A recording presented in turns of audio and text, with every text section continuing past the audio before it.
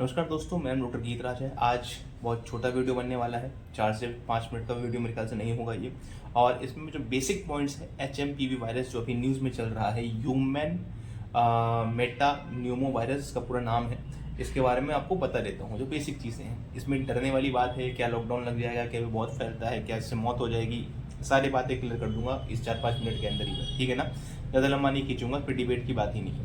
सबसे पहली चीज़ है, क्या ये खतरनाक है? हाँ, ये खतरनाक है, लेकिन बहुत कम केसेस में। ये 20 से 25% केसेस जो होते हैं उसमें खतरनाक होता है। उनमें भी जो एकदम छोटे बच्चे होते हैं, 3 से 4 महीने वाले, उनमें होता है। 8 महीने के जो इन्फेंट जिसको हम लोग बोलते हैं, 1 साल से कम वाले बच्चे जो होते हैं, उनमें खतरनाक हो सकता है।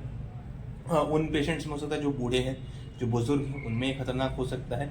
जिनको पहले से दिल की बीमारी है, जिनको पहले से अस्थमा है, जिनको पहले से सांस की परेशानी है, या फिर किसी भी तरह का कैंसर वैंसर का इलाज चल रहा है, HIV एड्स वगैरह है, इन सब पेशेंट्स में ये खतरनाक आप बोल सकते हैं, ठीक है। अब ये पुराना कितना है, 2001 के आसपास इसको ये मतलब पहचान की गई थी।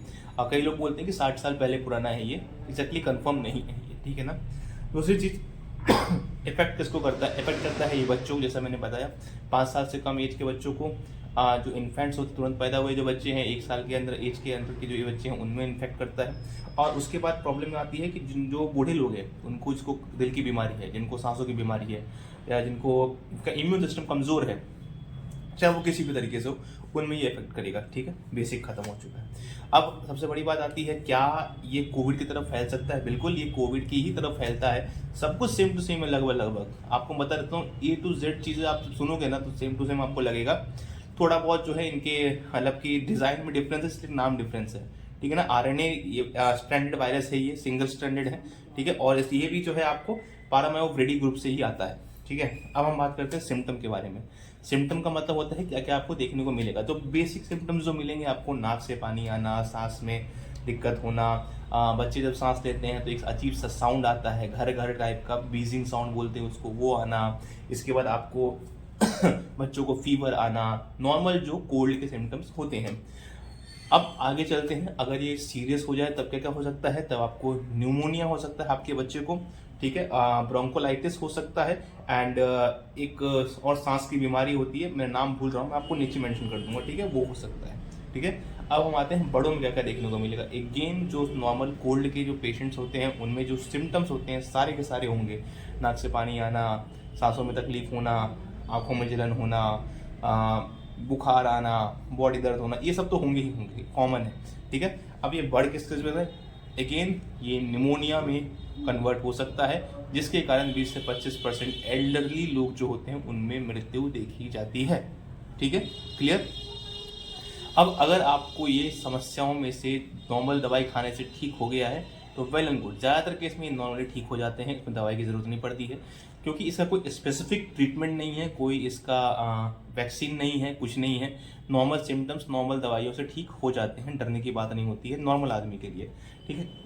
अब हम बात करते हैं, ये पता कैसे चलेगा कि भैया हमें ये वायरस है। अगेन, फिर से सेम टू सेम कोविड की तरह आप RT-PCR करा लीजिए, ठीक है। आपको समझ में आ जाएगा कि भैया, निकल जाएगा कि वायरस डिटेक्ट हो गया है, ठीक है। ट्रीटमेंट की बात करते हैं। ट्रीटमेंट जो मैंने बोला कि नॉर्मल कोल्ड के ट्रीटमेंट होते हैं वो ले सकते हैं। अगर मान लीजिए आपको बुखार आ रहा है तो डोलो 650 चल जाएगा, ठीक है। अगर मान लीजिए आपको बॉडी एक हो रहा है, तो फिर आप नॉर्मली गिट्रोल DT वगैरह खा सकते हैं, जिरोल SP खा सकते हैं, लाइजोफ्लेम टैबलेट्स खा सकते हैं, ठीक है। नॉर्मली अपनी हेल्थ का ख्याल रखिए, मॉर्निंग वॉक कीजिए, जूसेस पीजिए, अपने इम्यून सिस्टम को बढ़ाइए। जितनी भी चीज़ें कोविड में हो रही थी ये सारी चीज़ें होंगी। एंटीबायोटिक्स इस पर थोड़ा कम काम करती है, क्योंकि ये वायरस है, तो एंटीबायोटिक की तो बात ही खत्म होता है। अगर ये बढ़ जाता है तो एंटीवायरल ड्रग्स भी चलाए जाते हैं कई बार, ये बहुत कम केसेस होता है। जब हम इसको किसी को हॉस्पिटलाइज कर देते हैं तो वहाँ पे अलग ट्रीटमेंट चलती है, उनको फिर वेंटिलेशन वगैरह भी डालते हैं, ऑक्सीजन थेरेपीज दी जाती है, बहुत सारी चीज़ आती है। अगर आपके नाकों में कंजेशन है तो नेजल स्प्रेज आते हैं, ठीक है, वो आप ले सकते हैं, जो आपके नाक को खोल देंगे, ठीक है ना। टैबलेट्स मैंने बता दी हैं, मैं वो फिर से रिपीट कर देता हूँ। आपको फीवर आ रहा है तो फिर डोलो 650 चलेगा।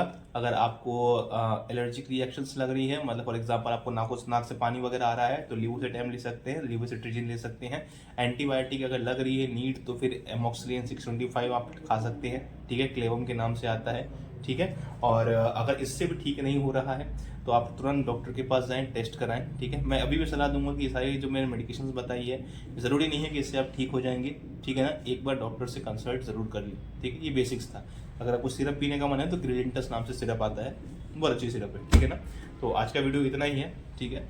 और डरने की बात नहीं है, उतना कुछ सीरियस इशू नहीं है, क्योंकि हमारी हेल्थ केयर यूनिट्स जितनी भी है इंडिया में, हेल्थ मिनिस्ट्री वगैरह, उन्होंने जारी किया है नोटिफिकेशन वगैरह कि उतना सीरियस इशू नहीं है। और जैसा हमने भी बता दिया तो सीरियस इशू नहीं है। धन्यवाद।